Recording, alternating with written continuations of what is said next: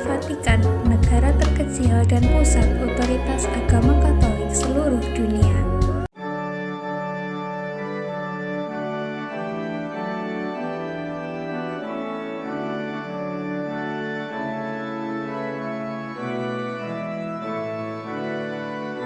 Vatikan adalah situs warisan budaya Katolik yang sangat terjaga. Sepanjang tahun, orang-orang Katolik dari seluruh dunia berdatangan untuk melihat tradisi agamanya yang tampak jelas pada arsitektur bangunan Kapel Sistina, Istana Apostolik, dan pemandangan ritual keagamaan yang telah dilakukan selama berabad-abad. Secara politik, Vatikan merupakan negara kota yang berdaulat. Mereka punya hak yang sama sebagai sebuah negara merdeka. Vatikan menjadi pusat otoritas agama Katolik seluruh dunia. Bagaimana latar belakang sejarah berdirinya negara kota Vatikan? Pada tahun 324 Masehi, Kaisar Konstantin membangun sebuah basilika di makam Santo Petrus. Sejak itulah agama Katolik menyebar ke seluruh daratan Eropa, bahkan dunia hingga hari ini. Meski menjadi batu loncatan yang penting dalam perkembangan Katolik, dibangunnya wilayah sekitar makam Santo Petrus tidak membuat wilayah itu langsung menjadi teritori khusus. Pada perkembangannya, semakin banyaknya tokoh Katolik yang datang membuat basilika perlu tempat khusus agar mereka bisa menginap. Beberapa penginapan kemudian berkembang menjadi rumah permanen untuk sembahyang. Wilayah itu kemudian ramai dengan para penganut Katolik yang datang tidak hanya urusan spiritual, tetapi juga berdagang.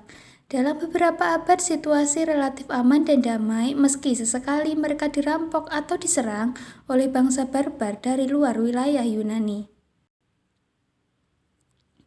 Akhirnya pada 846 Masehi dibangun tembok besar setinggi 39 kaki yang memagari Vatikan. Seiring waktu, wilayah Vatikan semakin luas dengan bertambahnya jumlah rohaniwan Katolik yang datang dan memutuskan untuk menetap. Pada 1277, mereka bahkan membangun sebuah terowongan rahasia yang menghubungkan antara Kastil San Angelo dengan Vatikan. Terowongan sepanjang 800 meter itu diperuntukkan bagi paus ketika berada dalam situasi berbahaya dan mendesak. Setelah tembok dibangun, otoritas Katolik Vatikan rupanya tidak hanya menduduki wilayah di dalam tembok saja. Mereka juga tetap memiliki aset di luar tembok berupa bidang-bidang tanah yang sebagian besar berlokasi di kota Roma. Pada masa itu, Italia belum menjadi negara berdaulat dan masih berbentuk sekumpulan wilayah kecil yang dikuasai kerajaan. Pada 1870, Italia melakukan unifikasi dan mulai menjadi negara yang terstruktur. Pemerintah menduduki semua wilayah Italia kecuali 44 hektar wilayah Vatikan. Perselisihan pun terjadi antara Vatikan dengan pemerintah Italia yang baru itu. Awalnya, Paus tegas menolak memberikan pengakuan pada otoritas Italia.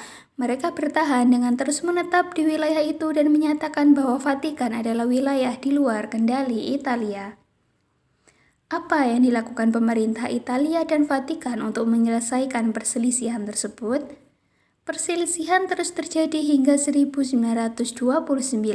Kala itu, sebuah perjanjian yang dikenal sebagai Perjanjian Lateran atau Pakta Lateran disiapkan. Negosiasi akhirnya menemukan titik terang ketika pemerintah Italia mengakui Vatikan dan menganggap Paus sebagai pemimpin negara yang berdaulat. Perjanjian Lateran disahkan dengan beberapa catatan.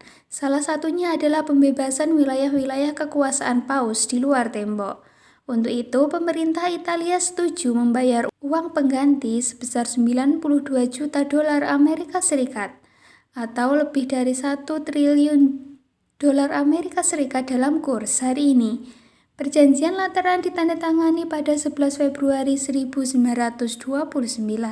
Perjanjian itu mulai berlaku pada 7 Juni tahun itu dan dimasukkan dalam konstitusi resmi Italia pada tahun 1948. Hingga kini, negara kota Vatikan telah memiliki badan-badan khusus untuk mengatur berbagai urusan kenegaraan, seperti legislatif, eksekutif, dan yudikatif. Mereka bahkan punya tentara yang jumlahnya paling sedikit di dunia, bernama Guardia Svizzera. Tugas utamanya adalah menjamin keamanan paus. Demikian penjelasan mengenai Vatikan, negara terkecil di dunia yang menjadi pusat otoritas agama Katolik. Apabila ada pertanyaan, dapat ditanyakan di kolom komentar. Jangan lupa untuk terus dukung channel ini dengan cara like, subscribe, dan share video ini.